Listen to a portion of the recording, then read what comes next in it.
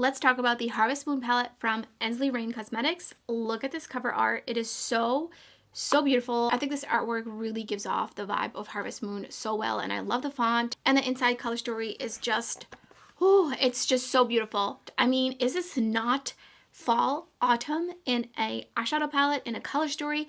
I love that we have all the mattes on the bottom and then just lots and lots of shimmers to play around with. And thank you so much to Ensley for sending me this palette. I did a little mini photo shoot over on Instagram. I will pop up some photos. Definitely make sure you're following me on Instagram. I post pretty much almost every day on there, and I'm really excited about the photos. I really wanted to reflect this like forest floor theme with mushrooms and butterflies and moss. This palette just really inspires me. We have some multi-chrome, some duochrome, some kind of topper like shimmer shadows. There's just so much to choose from, so much to play around with. There's also some holographic multi-chromes in here, which are so special. There's also different textures in here. There's some smoother formula. There's a little bit of a flaky formula. But now this palette is an expensive one, and it is because it does have the holochromes, it has the multi-chromes, it has the special shades, it has quite a bit of them in here, and also because the pans are magnetic. So making the pans magnetic and removable does drive up the cost. Now I know not everybody needs magnetic pans, but I do feel like in general, if a brand doesn't do it, people ask for it, and then if a brand does it, then people ask to not have it. I personally don't mind either way, so I'm going to be showing you some swatch comparisons because I do have quite a bit of a multi-chrome collection, and then I will be creating 3 looks with the palette, and I'll give you some of thoughts at the end of the video, so let's get right into it.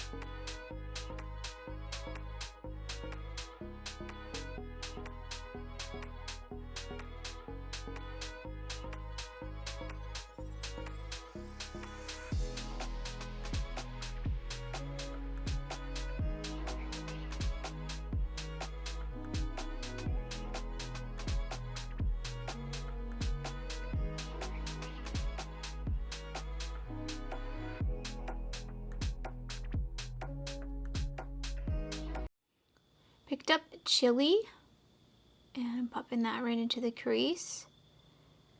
Love this kind of tone. Take that all the way through my crease from the inner corner to the outer corner as well. And then I think I'm going to deepen it up with Phantom. They seem like they're kind of somewhat tones of each other. They're pretty much the same tone, but one is just a bit darker. And I'm just going to bring that underneath my lower lash line. Wiping off my brush on just a microfiber cloth. I mean, look at that. That looks so deep and really stunning. Taking a clean, fluffy blending brush with just some setting powder on it and just going over the edges. I think I'm just gonna go in with my finger, and I really want to use Hunter's Moon. Ooh. And this is one of the hollow shades. Just gonna kind of push it in, press it on essentially. That is so pretty, especially with these mattes. Oh yeah, that was a good decision. I love that. I feel like they're really playing off of each other because this hollow has a very like pinky tone to it. So it just really plays off. Here's the first finished look.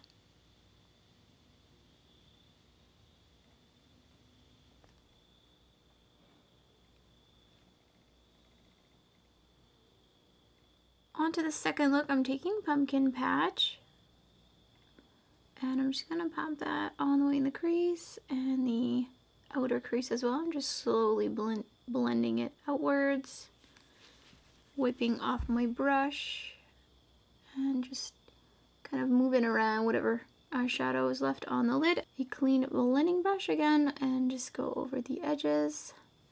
And then I'm gonna take a little bit more pumpkin patch, just like right in here, just to add on a little bit more depth in there since the rest of it blended nicely. There we go. I mean, that definitely is a pumpkin color. Next, going in with Cozy, I'm just gonna keep it very much like down here on this outer corner. And then I'm gonna go in with this brush again. Just gonna smudge it around a little bit. I'm gonna take a little bit more Cozy. Again, just kind of blending it and deepening it up and connecting my lower lash line as well. And then I'm gonna bring that underneath my lower lash line, as well as bring pumpkin patch into that. Right here, and I'm gonna bring pumpkin patch all the way around, and then going back in with the blending brush and a little bit of just setting powder out here. Picking up Tombstone. Oh my god, it is so beautiful. Oh my god, this is like, look at this shadow. Are you kidding me? So beautiful. Let's put it on. It's a little bit translucent, so I'm just adding on a little bit more. I feel like it dulled down a little bit. It looks more satin now, so I'm gonna actually take a brush. So I picked it up on a brush and I misted it, and that definitely helped a little bit with the shine. Oh, that is so orange, so pretty. I do wish it retained its shine once it was on the lid. I still feel like it's not as shiny as when I pick it up. Like, do you see that? And that could be because it's on top of matte. Here's the second finished look.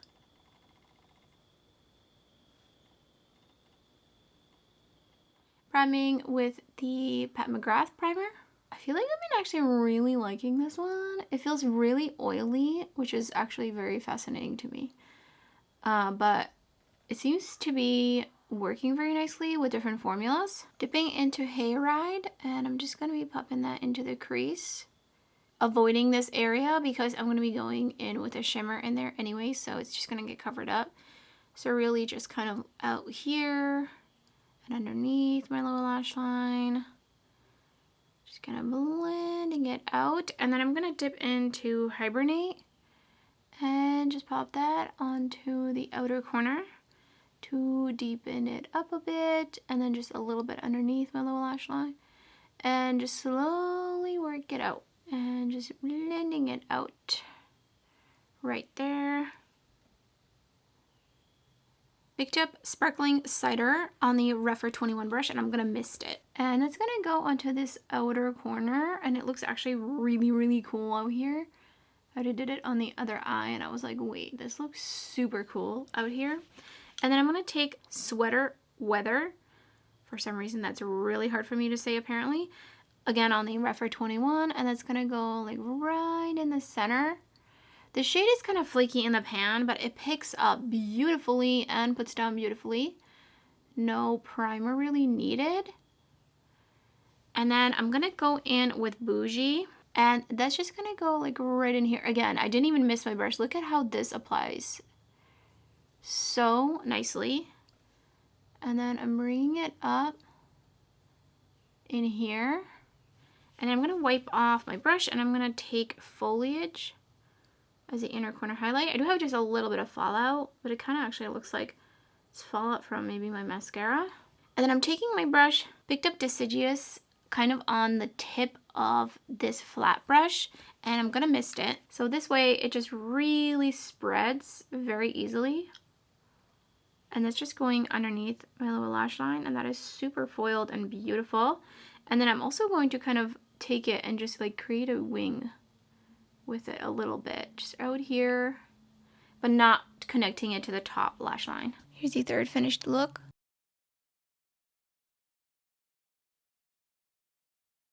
When I get a palette in PR, and especially if it's a little bit more kind of expensive, I do like to kind of sit back and think about, after using the palette, swatching it, experiencing the formula, just thinking about, is this palette worth it? Like if I was to purchase this palette, would I feel like it was worth it? First of all, I would have purchased this palette for sure, even though it does have a steep price tag. I do understand it's full of special shades and these pigments do cost more than the average. And also the pans are magnetic, and just overall, I really enjoy this color story. If I had purchased this myself for the $88 plus a coupon code, I do think honestly that I would feel like this is worth it based on what I look for shadows, which is something special, whether that's shifting or being sparkly and shiny, and the color story and just everything really kind of comes together in helping me decide if I feel like something was worth the money. I really enjoy this palette, and I honestly feel like I could do so many different looks, especially because there are shades in here that are so special that really deserve their spotlight and just to be used one at a time. Now this is predominantly a darker kind of color story, so there are some topper shades, but there's also a lot of deeper tones, but I think there's a certain vibrancy and lightness to them, especially the red. Like the red you would think is like a darker kind of red, but I put it in a crease, and I feel like because of the hollow effect, it kind of was a little bit more sheerer, and it was still really bright, and it gave me that brightening effect. And I think that that's so special. And then the shade Tombstone in here, so cool. Such a cool like duochrome, multichrome. I really feel like it's actually more like a duochrome, and these apply so easily on the lid with a brush, with a finger, etc. Like I was a little bit worried because some of these look a little bit chunky just even in the pan, a little bit flaky, but you saw like how the purple one right here just applied so smooth and shiny and sparkly on the lid, and I feel like that really just shows it's a really great formula, and that again adds on to if this palette is worth it to me or not. And I think that's such a personal thing. Like you might think that absolutely in no way, shape, or form would you ever feel like this palette is worth $88, and that's totally fine. Everyone has different preferences. That being said, I don't think I needed these to be magnetic. I personally would rather this palette cost less than it would be magnetic. I think in terms of what's more important, it's definitely the cost rather than having magnetic pans. Now, I don't know how much that would really knock down the price, but either way, I would have rather that. In general, not just specifically with Ensley, but like other indie brands as well, I would just love to see just some smaller, more concise palettes that maybe are not jam-packed full of multi-chromes. Don't get me wrong, I love multi-chromes, I love holochromes, but maybe we could just kind of keep the cost down a little bit lower. I really miss the times when palettes were like $40, $45, $50 at most. I think in general, I just see a lot of people really asking for brands to come out with some more affordable kind of palettes that maybe do have some multi-chromes, but maybe it's just one. So that was just a mini tangent. I know this palette did sell out, and I think they're going to be, I think they set up a pre-order actually for it. So it is honestly totally up to you if you feel like this is something you want to invest in. Maybe you want to ask for your birthday, for Christmas, for this as a gift. I am glad I have this palette and that I got to try it out because I do really enjoy it. It's definitely a contender for the top 10 palettes of 2023. I can't wait to do my palette ranking. Let's actually talk about some of the textures in here. So I'm going to call out some that I feel like a little bit flaky. So for example, Forage for sure, Sweater Weather, Harvest Moon, Flannel are kind of like the most chunky looking even in the pans, but again, they smooth out so beautifully and I didn't experience any fallout, and you can of course use a tacky primer. Overall, I would always, generally speaking, if you're using a lot of shimmers, do your eyes before your base. Deciduous is a very kind of like black base jeweled multi-chrome that's just really silky smooth and very metallic. Foliage, Ghost Moon, Sparkling. I think Sparkling Cider kind of stands on its own little bit. It feels a little bit drier because it has all the kind of flex throughout it, so I feel like that one is kind of the most standard type of shimmer formula in here. Equinox is also a little bit on the flaky side, but not quite as flaky as some of the other ones I mentioned earlier.